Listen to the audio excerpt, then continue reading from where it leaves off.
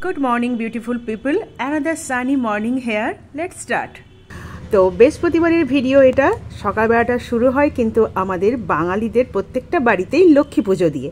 এই লক্ষ্মী পুজোটা ভীষণই ঘরোয়া, একদম সাধারণভাবে বাড়িতে যা যা উপাচার করতে হয়, ধূপ দীপ জ্বালিয়ে লক্ষ্মী মাকে নিউ বস্ত্র পরিয়ে বা পরিষ্কার বস্ত্র চেঞ্জ করে সাজিয়ে সিঁদুর দিয়ে ঘট স্থাপন করে ফুল নৈবেদ্য দিয়ে খুব সুন্দর করে দিনটা শুরু হলে কিন্তু দিনটা কাটেও ভালো। আমারও ঠিক সেভাবেই দিনটা শুরু হয় বৃহস্পতিবার। পাঁচালিও পড়ে নিই সকালবেলাতে, সন্ধ্যেবেলাতে আর পড়ার সময় থাকে না। তো বেশ মনটা ভালো লাগে যেদিনটা এরকম পুজো দিয়ে দিনটা শুরু করতে পারি। প্রত্যেক দিন হয়ে ওঠে না, কিন্তু বৃহস্পতিবারটা চেষ্টা করি এরকমভাবে শুরু করা। তো চলো সোজা চলে যাই আজকের লাঞ্চের জন্য। আর আজকের লাঞ্চের কিন্তু ইনগ্রেডিয়েন্টস হলো এটা। তোমরা এটাকে কি বলো, কি নাম এই সবজিটার, বা খাও কিনা অবশ্যই আমাকে কমেন্টে জানিও। আর আজকে আমি একটা খুবই সিম্পল রেসিপি বানাবো, খুবই সিম্পল আর খুবই কমন একটা ভেজিটেবলস দিয়ে, যেটা অনেকেই খায় আবার অনেকে কিন্তু এটার নামও জানে না বা অনেকে খায়ও না। তো চলো ওই সিম্পল রেসিপিটা তোমাদের সঙ্গে আমি শেয়ার করবো। আর ভেজিটেবলসটা কে কে খাও, কে কে ভালোবাসো, আর তোমরা কী কী রান্না করো ওই ভেজিটেবলসটা দিয়ে আমাকে জানিও। আর আমার রান্নাটা কেমন লাগলো সেটাও কমেন্টে জানিও। তো চলো যাই। তো দেখো সবজিগুলো আমি পরিষ্কার করে ধুয়ে আর এরকম টুকরো টুকরো করে কেটে নিয়েছি। আর সবজিটা কিন্তু একদম ফ্রেশ আর ভীষণ মিষ্টি খেতে। তো কেটে নেবার পর আমি কিন্তু এতে একটু আলুও দিয়েছি এরকম টুকরো টুকরো করে। তোমরা চাইলে আলুটা স্কিপ করতে পারো।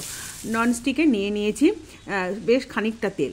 এটাতে তেল একটু বেশি লাগবে। কালো জিরে আর শুকনো লঙ্কা ফোড়ন দিয়ে প্রথমে এই আমরা এটাকে বলি কিন্তু কুঁদরি। তো এই কুঁদরিটাকে ভালো করে ভেজে নিয়েছি। বেশ একটু গায়ে বেশ ব্রাউন স্পট আসবে, সেই সময় আলুটা দিয়ে আরও খানিকক্ষণ ভেজে নেবার পর দিয়ে দিলাম এতে পরিমাণ মতো সল্ট। আলুটা দিয়ে সল্ট দিয়ে খুব ভালো করে মিক্সড করে নেবার পর সেটাকে ঢাকা দিয়েও কিছুক্ষণ আমি কুকড করে নেব। বেশ খানিকটা সেদ্ধ হয়ে আসবে এরকম ভাজতে ভাজতে। আলু কুঁদরি সব দেখো বেশ সফট হয়ে এসেছে।